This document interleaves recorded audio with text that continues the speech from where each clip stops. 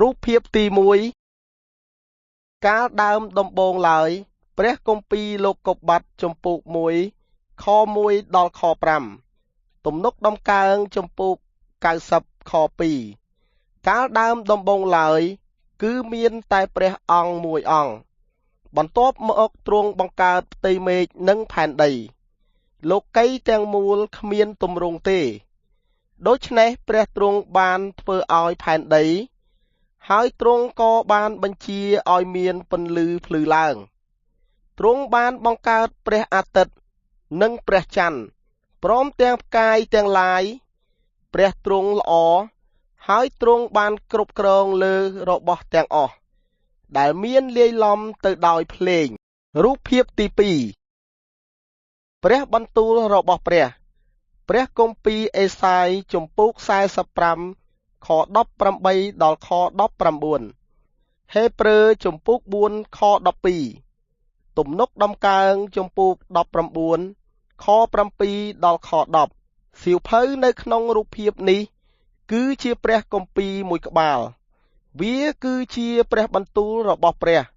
ហើយបានសម្ដែងប្រាប់យើងអំពីព្រះនិងផ្លូវរបស់ផងព្រះអង្គព្រះទ្រង់ស្រឡាញ់មនុស្សទាំងអស់តើអ្វីទៅដែលខ្ញុំចង់ប្រាប់អ្នកដែលបានស្រង់យកចេញមកពីព្រះគម្ពីររូបភាពទី3ការបង្កើតព្រះគម្ពីរលោកុបាទជំពូក1ខ1ដល់ខ25ព្រះទ្រង់បានបង្កើតគ្រប់របស់ទាំងអស់ទ្រង់បានមានបន្ទូលថាចូលឲ្យកើតមានឡើងនោះក៏បានកើតឡើងដូចជាទ្រង់មានព្រះបន្ទូល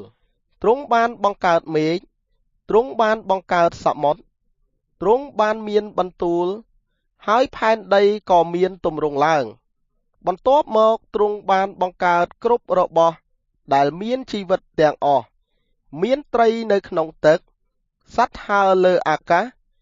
និងគ្រប់សត្វស្រុកសត្វព្រៃទាំងអស់នៅក្នុងមធ្យោបាយនេះព្រះទ្រង់បានបង្កើតគ្រប់របស់ទាំងអស់ព្រះទ្រង់គប់ព្រះハរតីនិងរបស់គ្រប់ទាំងអស់ដែលទ្រង់បានបង្កើតមកគ្រប់របស់ទាំងអស់ដែលព្រះទ្រង់បានបង្កើតមក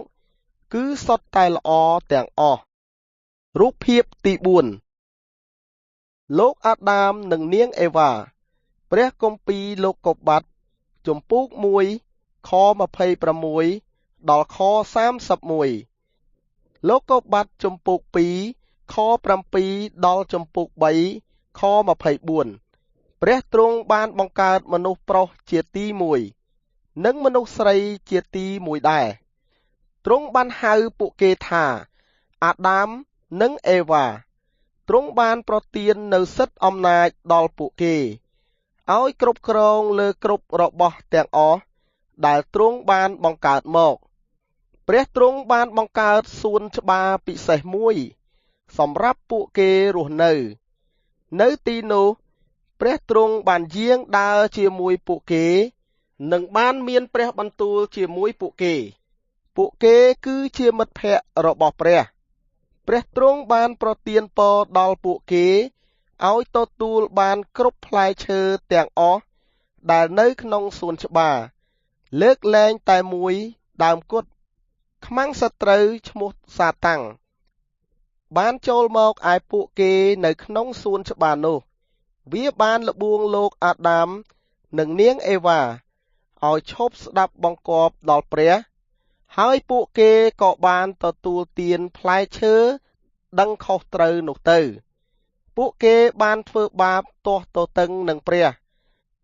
ហើយពួកគេក៏បានបាត់បង់នៅមិត្តភាពជាមួយនឹងទ្រង់ទៅ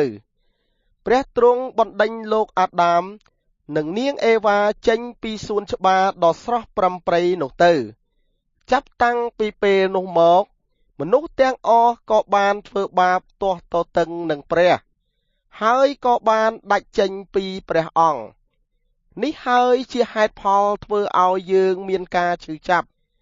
មានជំងឺរោគានិងមានសេចក្តីស្លាប់